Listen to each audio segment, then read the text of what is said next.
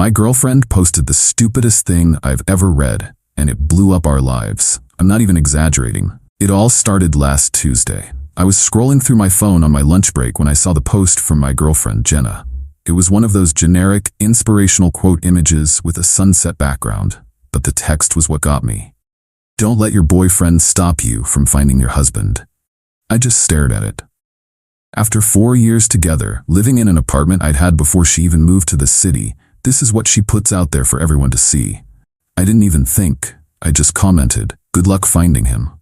Then I went to my profile, changed my relationship status to single, and made sure to tag her mom, her dad, and her sister in the post. Her post disappeared in minutes. My phone, however, started to explode. First came the texts from her, a string of question marks. Then, "What did you do?" Followed by, "Take that down right now." I ignored them. Then her sister Chloe messaged me. "Mark, what is going on? Jenna is hysterical." I sent Chloe a screenshot of Jenna's post. Her only reply was, "Oh. Yeah, oh." Her mom called me twice, but I let it go to voicemail. I didn't need to hear the shrieking. I put my phone on silent and tried to get back to work, but the anger was just a cold, hard knot in my stomach. I knew when I got home it was going to be a mess. I was right. The second I walked through the door of my apartment, she was there, standing in the middle of the living room with her arms crossed. Her face was puffy and red from crying, but now it was just set in a mask of fury. "You humiliated me," she hissed. "You did that yourself," I said, dropping my keys in the bowl by the door. I walked past her into the kitchen to grab a bottle of water. I wasn't going to have this conversation dehydrated. "It was just a quote. It didn't mean anything," she yelled, following me. "Everyone posts stuff like that." "No, Jenna, they don't. Not when they're in a supposed serious relationship," I said, twisting the cap off. What was I supposed to think? That you were just window shopping for my replacement while I was paying our rent? That is so unfair. You know I'm not like that. I just laughed. It wasn't a nice laugh. Your post said the opposite. You told the entire world that I was a placeholder, a temporary obstacle. So, obstacle removed, you're welcome. She started crying again, but this time it was the angry, frustrated kind of crying. So that's it? 4 years and you throw it all away over one stupid post? And you had to tag my family? My mom is freaking out? Good. Maybe she can help you pack, I said, walking back into the living room and sitting on the couch. I picked up the remote. I want you out by the end of the month. Her whole demeanor changed. The tears stopped instantly. A nasty, confident little smirk appeared on her face. No, she said simply. I looked up from the TV guide. What do you mean, no?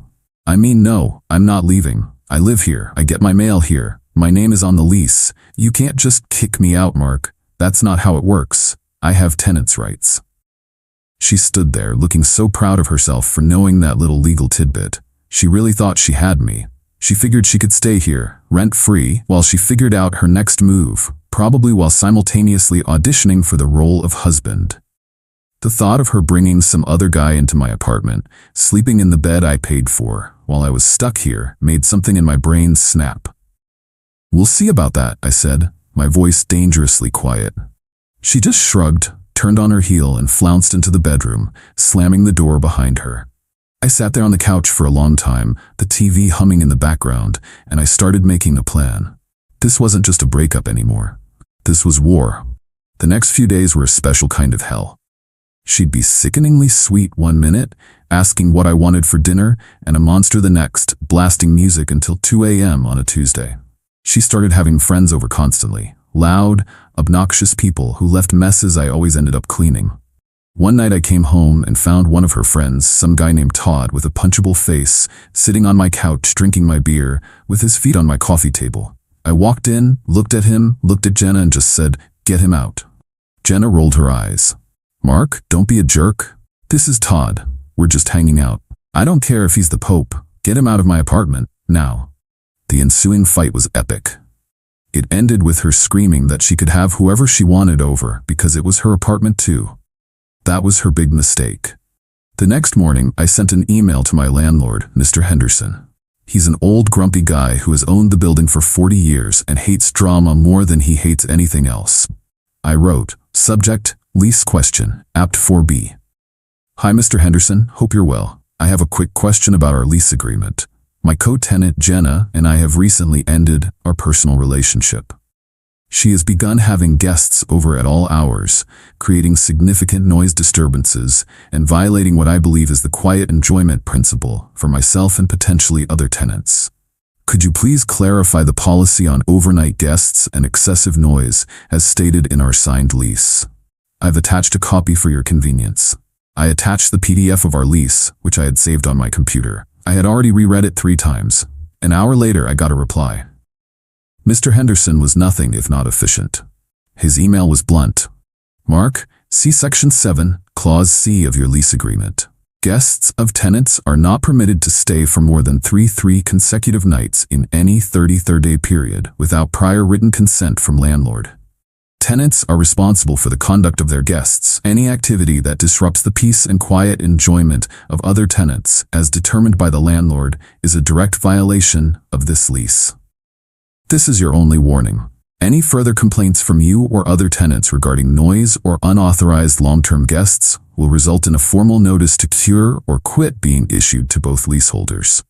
This notice will give you 3 days to remedy the violation, i.e., the guest leaves permanently, or vacate the premises. Regards, D. Henderson Building Management. I saved that email as a PDF. That night, Jenna brought Todd over again. They were being loud in the living room, laughing obnoxiously at some terrible reality show. I walked out of my room, phone in hand. Jenna, he needs to leave, I said calmly. We've been over this. I'm not. I cut her off. He needs to leave now, or we both get evicted. I held up my phone, showing her the email from Mr. Henderson. I watched her face as she read it. The color drained away. Her smug confidence evaporated, replaced by a flicker of panic. You went to the landlord? She whispered, horrified. You said it was your apartment too, I replied, mimicking her tone from the other night.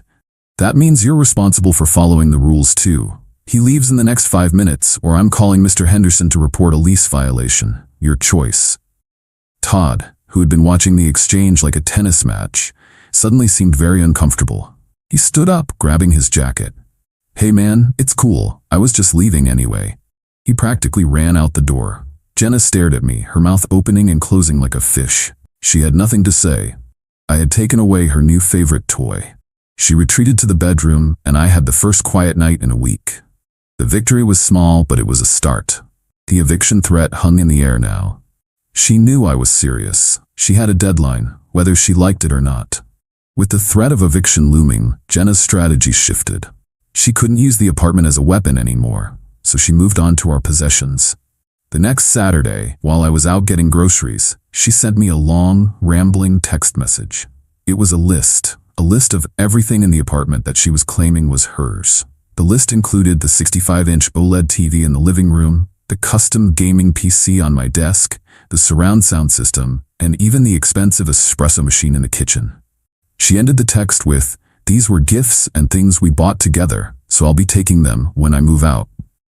We can be adults about this and split things fairly." I read the text standing in the cereal aisle and almost laughed out loud. Fairly.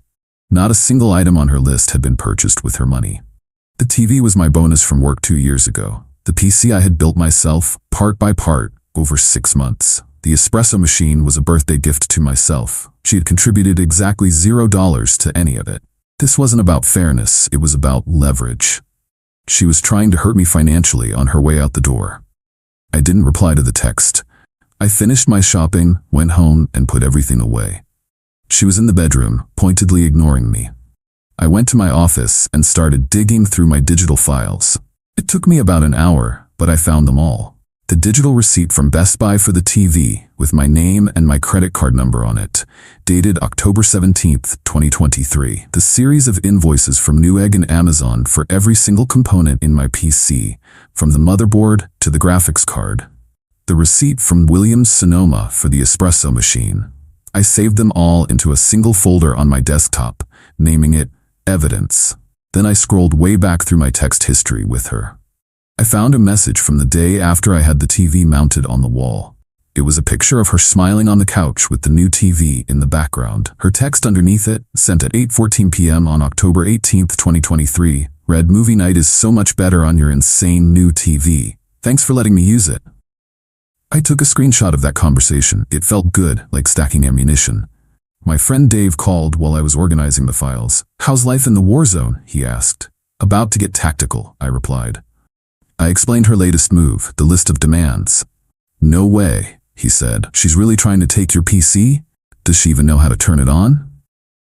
Doesn't matter. It's about hurting me, I said. But I have an idea. Are you busy tonight? And do you have some space in your garage? An hour later, Dave pulled up in his truck. Jenna was out with friends, which I knew from her annoying habit of posting her every move on Instagram. We worked quickly. We carefully unmounted the TV and wrapped it in blankets. We disconnected my entire PC setup, tower, monitors, keyboard, everything, and loaded it into his truck bed. We took the surround sound speakers, the subwoofer, and the espresso machine. In 30 minutes, every high-value item from her list was gone. The living room looked barren and sad with a giant empty space on the wall. I went back inside, opened the folder named Evidence, and composed an email to Jenna. I attached every single receipt and the screenshot of her text. The subject was, regarding your list. The body of the email said, Jenna, I received your text. It seems you are mistaken about the ownership of several items in the apartment. As you can see from the attached documents, all the items you listed were purchased solely by me. They were not gifts, nor were they purchased jointly. To prevent any further confusion during your move-out process, I have moved these items to a secure, off-site location for safekeeping. They will be returned to the apartment after you have fully vacated the premises and returned your key. Mark, I hit send. Then I texted her a single message. Check your email. The response was almost instantaneous. My phone rang. It was her. I let it go to voicemail. It rang again. I declined the call. A flood of texts came through. They were a frantic, typo-filled mess of rage. Where is my TV? You can't do that. I'm calling the cops. I replied once. They're not your things, Jenna. The police will be very interested to see the receipts I have, the ones I just emailed you. The text stopped. The phone went silent. I knew she had no move left to make. I had the proof, and I had the possessions. She couldn't hold them hostage anymore. I sat down on the couch in my emptily lit living room, and for the first time in a week, I felt like I could breathe again. The silence was wonderful. Losing the battle for the apartment and the possessions sent Jenna into a full-blown meltdown. She had no leverage left, so she resorted to the only weapon she had left, her words. She decided that if she couldn't get my stuff, she would try to destroy my reputation. It started subtly. A few of our mutual friends started acting weird. Texts would go unanswered. I got uninvited from a weekly game night through a curt message from the host, saying, "Hey man, think it's best if you sit this one out for a bit? Things are just too awkward." I knew it was her. Dave confirmed it. He called me one afternoon, his voice low and angry. "Dude, you need to see this." Jenna started a group chat. She's in there with like 10 of our friends, plus her sister and a cousin. She's going nuclear. He added me to a separate chat and forwarded me the screenshots. My stomach turned as I read them. Jenna had posted carefully cropped snippets of our old text arguments. She had selected only my responses, stripped of all context. A message where I said, "I'm not discussing this anymore tonight," was presented as me being emotionally abusive and giving her the silent treatment. A text where I told her, "You can't just spend that much money without talking to me," which was about a ridiculously expensive and non-refundable vacation she tried to book on our joint credit card, was framed as me being financially controlling. She had written a long paragraph to accompany the screenshots. "I know you all love Mark, but you don't know what he was like behind closed doors. This is just a small sample of how he controlled everything and wore me down emotionally. I'm just lucky I got out when I did. I'm so sorry to do this, but I feel like you all deserve to know the truth about who he really is." It was a masterpiece of manipulation. She was playing the victim perfectly, and from the replies in the chat, some people were buying it. There were messages of support, people saying, "I'm so sorry, Jenna," and "We had no idea." I felt sick. These were people I had known for years, people I had considered friends, and they were turning on me based on a handful of cropped out-of-context messages. The old me would have been devastated, but the new me, the one forged in the fire of the last few weeks, just got cold. I didn't respond in the group chat. That's what she wanted, a messy public fight where I would look defensive and angry, proving her point. I wasn't going to give her the satisfaction. Instead, I thought about the one person in her family who always seemed to have a level head, her dad, Alan. We weren't close, but we'd always gotten along. He was a quiet, serious man who valued honesty and hated drama. He was the complete opposite of Jenna's mother, who enabled her every whim. I spent the rest of the afternoon gathering my own evidence. I went through years of text messages. I found the full, unedited conversations from every single screenshot she had posted. I put them side by side with her cropped versions, highlighting the parts she had conveniently deleted. The financial control argument? The full text showed her apology right after. "You're right. I should have asked first. That was stupid of me." The silent treatment? The preceding texts showed her screaming at me via text for 3 solid hours because I had to work late and couldn't make dinner with her friends. My text was sent at 1 a.m. when I just couldn't fight anymore. I also had a secret weapon. A few nights ago, during one of her tirades about the TV, I had quietly started a voice recording on my phone, which I left on the kitchen counter. One-party consent for recording is legal in our state, and I had a feeling it might come in handy. In the recording, she wasn't a victim. She was screaming, calling me names, and threatening to destroy me for embarrassing her. The contrast between the fragile victim in the group chat and the screeching woman on that audio file was jarring. I compiled everything into a neat email, all the side-by-side screenshot comparisons. I attached the audio file, naming it Jenna Verbal Abuse Sample.mp3. Then I began to write. The email was addressed to her father, Alan. Subject: a difficult situation regarding Jenna. Dear Alan, I am writing to you under extremely difficult circumstances, and I sincerely apologize for involving you. I always respected you a great deal during my time with Jenna. Jenna has recently created a group chat with our mutual friends and has been sharing manipulated and out-of-context text messages to paint a picture of me as being controlling and emotionally abusive. These are serious and false accusations that could damage my personal and professional reputation. I would not be contacting you if this were just a simple breakup drama, but her actions have escalated to outright defamation. I have attached a document containing her cropped screenshots alongside the full, unedited conversations for your review. You will see that she has deliberately removed all context to misrepresent reality. I have also attached a short audio file from a recent conversation in our apartment. I warn you, it is unpleasant, but it is an accurate representation of the behavior I have been dealing with. It is not the behavior of a victim. I am not asking you to take sides. I am only asking you to see the truth. I hope you can talk to your daughter and convince her to stop this harmful campaign of lies before she does irreparable damage to herself and others. Sincerely, Mark. I read the email over one last time. It was professional, respectful, and damning. I hit send at 6:05 p.m. I didn't hear anything for 2 hours. Then my phone buzzed. It was a text from a number I didn't recognize. This is Alan. I've seen everything. I am dealing with this. I am very sorry, Mark. 20 minutes after that, the group chat exploded. Jenna posted, "My dad is calling me. What did you do? You psycho." Then she must have deleted it because it vanished. Another friend in the chat, one who had been on my side, texted me privately. "Dude, Jenna just left the group. Her sister Chloe just posted, 'Everyone please just drop this. It's over.' I never found out what Alan said to her. I don't need to." The smear campaign stopped dead in its tracks. The next day, 2 of the friends who had iced me out sent me awkward apology texts. I accepted, but I knew things would never be the same. Jenna was out of my social life for good. 3 days later, I came home from work to find all her things gone. The key was on the kitchen counter with a note that just said, "I hate you." It was the most beautiful thing I had ever read. Life returned to normal, or a new version of it. I got my TV and PC back from Dave's place, set up my living room the way I always wanted it, and enjoyed the peace and quiet. Months went by. I dated a little, focused on work, and reconnected with the friends who had stuck by me. I barely thought about Jenna, except for the occasional pang of disgust when I remembered how she'd acted. Then, about 6 months after the breakup, the drama found its way back to me. Dave sent me a screenshot from Instagram. It was a post from Jenna. She was flashing a ridiculously large, gaudy engagement ring. She was posed with some guy I vaguely recognized. It was Todd, the guy I'd kicked out of my apartment all those months ago. The caption was pure, uncut Jenna. I said yes. Sometimes you have to leave the boy behind to find the husband of your dreams. Can't wait to start my forever with my king. I rolled my eyes so hard I almost strained something. It was pathetic, but it was also a relief.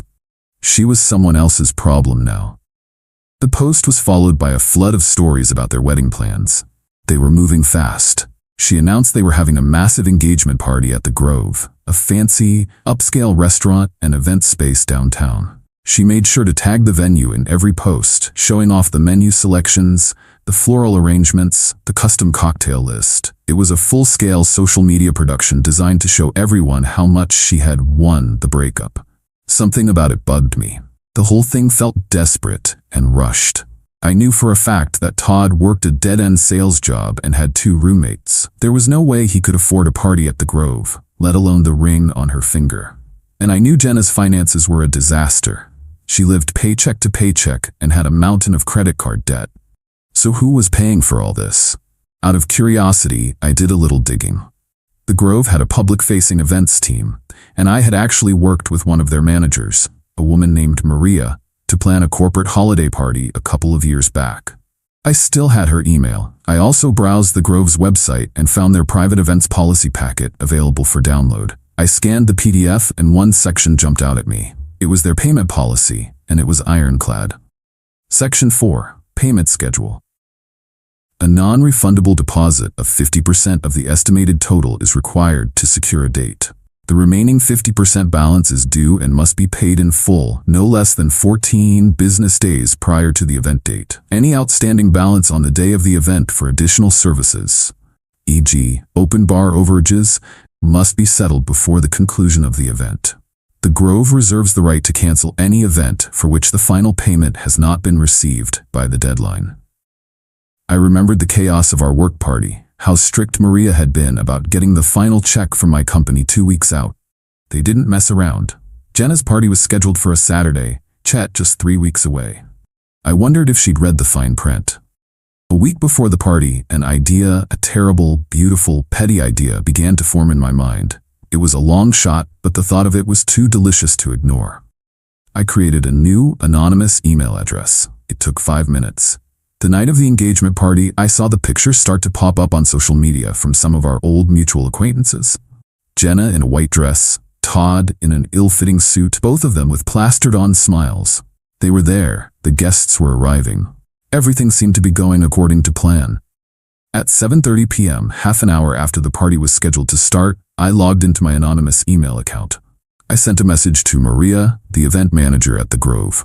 The subject was, "A friendly warning regarding your Sat night event, Jenna and Todd." The email was short and to the point. "Miss Garcia, I'm a former client and I wanted to pass along some information that might be relevant to your event tonight. The bride-to-be, Jenna, has a documented history of financial instability and of expecting her partners to cover her expenses. I just wanted to ensure you've secured your final payment for the evening's festivities. She talks a big game but doesn't always follow through. To give you some context on her character, I've attached a screenshot.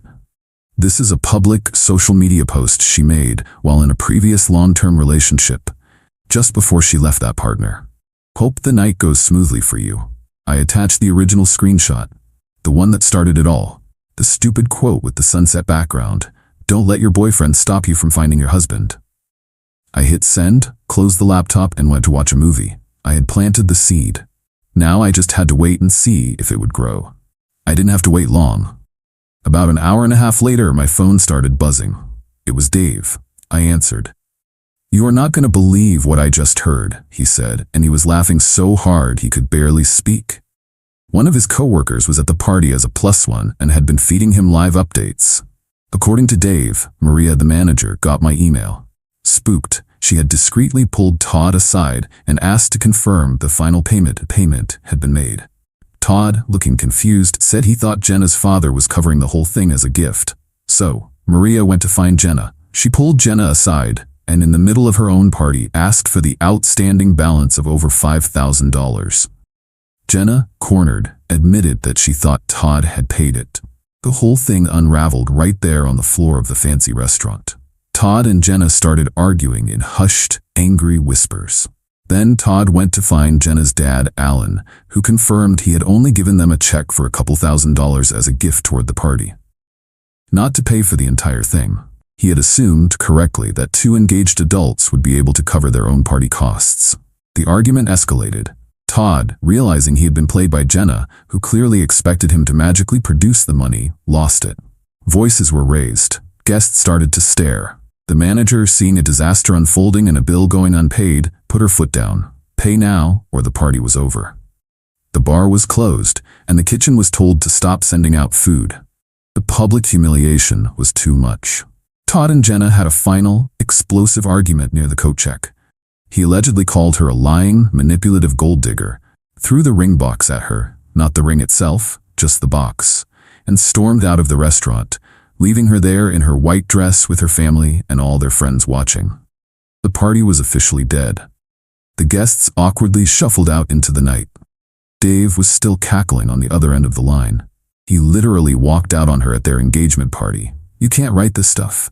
After we hung up, I sat in the quiet of my apartment, the glow of the TV screen washing over the room. My phone buzzed one last time.